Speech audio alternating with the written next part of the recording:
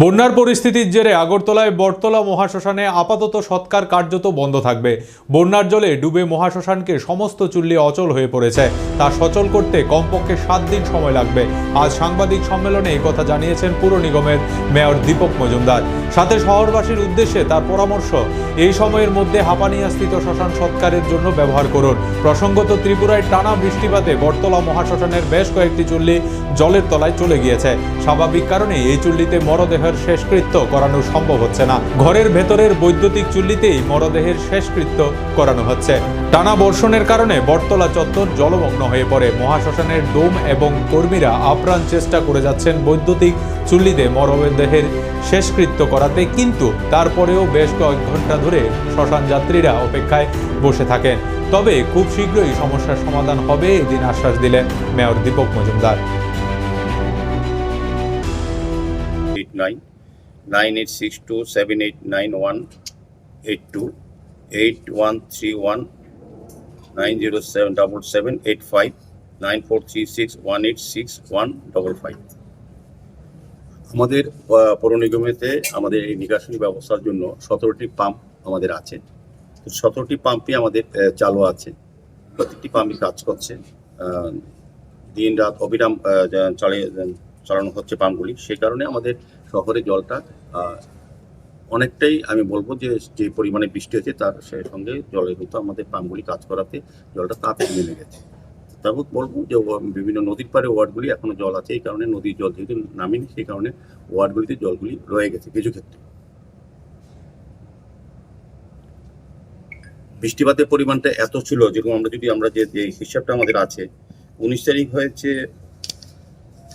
176.5 millimetre এবং 20 তারিখ হয়েছে 182, 21 তারিখ হয়েছে 23। হাওড়া নদীতে সর্বোচ্চ জলস্তর 11.33 মিটার, এটা গতকাল অবধি। তো কাজেই সর্বোচ্চ জলস্তর ছিল হাওড়া নদীতে, বিপদসীমার উপর ছিল। সেই কারণে আগরতলা পরিস্থিতিটা অনেকটাই হয়েছে। সারা রাজ্যের সঙ্গে আগরতলা অবস্থা। তবে আমাদের পৌর নিগমের সমস্ত কর্পোরেটররা, আমার খুব ভালো লেগেছে, আমি নিজেও অনেক জায়গায় গিয়েছি। সমস্ত কর্পোরেটররা, আমাদের ডেপুটি মেয়র, আমাদের এমআইসি মেম্বার, আমাদের জোনাল চেয়ারম্যান, কর্পোরেটরগণ এবং আমাদের কমিশনার সাহেব, ইলেকশন কমিশনার, আমাদের সমস্ত আধিকারিকরা সারা দিন রাত্রি তারা আগরতলা শহরের বিভিন্ন ওয়ার্ডে তারা ভিজিট করেছেন, প্রয়োজনীয় ব্যবস্থা গ্রহণ করেছেন।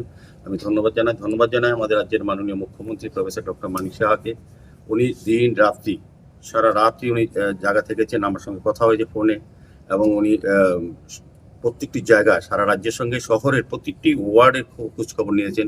প্রায় কর্পোরেটরের সঙ্গে উনি কথা বলেছেন সরাসরি। আমার সঙ্গেও অনেক রাত্রি এবং কথা হয়েছে। আমি বাইরে চিকিৎসার জন্য ছিলাম, উনি আমাকে ফোন করে ডেকে নিয়েছেন যে আগরতলা চলে আসতে হবে, শহরে কাজগুলি দেখাশোনা করতে হবে। কাজেই ওনার কতটা গুরুত্ব দিয়ে চিন্তা করেছেন আগরতলা শহরবাসীর জন্য। সার্বিকভাবে আমি বলবো আমাদের মহকুমা প্রশাসন, জেলা প্রশাসন, সরকারি বিভিন্ন দপ্তর এবং আগরতলা পৌর নিগম এবং পৌর নিগমের যারা ওয়ার্ড কর্পোরেটর আছেন এবং বিভিন্ন আধিকারিক আছেন, জোনালের যারা কমিশনার আছেন, এসপি কমিশনার, তারা কিন্তু দিবারাত্র মানুষের পাশে থেকেছেন, মানুষের কাজ করেছেন। তো আমার একটা আশা থাকবে যে আগরতলা পৌর নাগরিকরা আমাদের সহযোগিতা করেন। পরবর্তী পরিস্থিতি, বন্যা হয়ে গেছে, জল নেমে গেছে, আমাদের নিকাশি ব্যবস্থা এত উন্নত, এত আধুনিক ব্যবস্থা এখন মেশিন দিয়ে করা, যেটা আগে কোনো সময় ছিল না। আজ এখন যেটা হয়েছে, যেটা আপনি এতটা জল ছিল, এটা হচ্ছে প্লাবন, ফ্লাড। এটার সঙ্গে আপনি সাধারণ অন্য সময় বৃষ্টি জমা জলের নিকাশি ব্যবস্থার সঙ্গে মিলালে হবে না। তো এটা আমাদের অনেক উন্নতর ব্যবস্থা, এখন আধুনিকভাবে হচ্ছে। বিশেষ কিছু ক্ষেত্রে অসুবিধা হচ্ছে, যারা আমাদের সাফাই কর্মী, যারা আমাদের এই কাজটা করে, তারা কিন্তু অধিকাংশই যারা নদীর পাড়ে বিরারবন, মোল্লাপাড়া এসব জায়গায় ঋষিকর্মী থাকে, ওনারা নিজেরাই ঘর থেকে বেরোতে পারছেন না, অনেক ক্ষেত্রে অসুবিধা। তারপরেও কিন্তু আমাদের কমিশনার সাহেব আজকের থেকে পুরোদমে কাজ চলছে। জনগণ সাহায্য করছে, বিভিন্ন স্বেচ্ছাসেবী সংগঠন, ক্লাব, ব্যক্তি এই কাজে এগিয়ে এসছে, এই বন্যা মানুষের বাঁচানোর জন্য বা রক্ষা করার জন্য। তো আমাদের পৌর নিগমও বিভিন্নভাবে করা হচ্ছে। আমাদের বটতলা মহাশ্মশানে সৎকার কাজ কিছুদিনে যে বন্ধ হয়ে গেছে, কারণ প্রচুর পরিমাণে হাওড়া নদী জল ঢুকে গেছে। আমাদের যে ইলেকট্রিক চুল্লি এবং গ্যাসের, এগুলি কিছুটা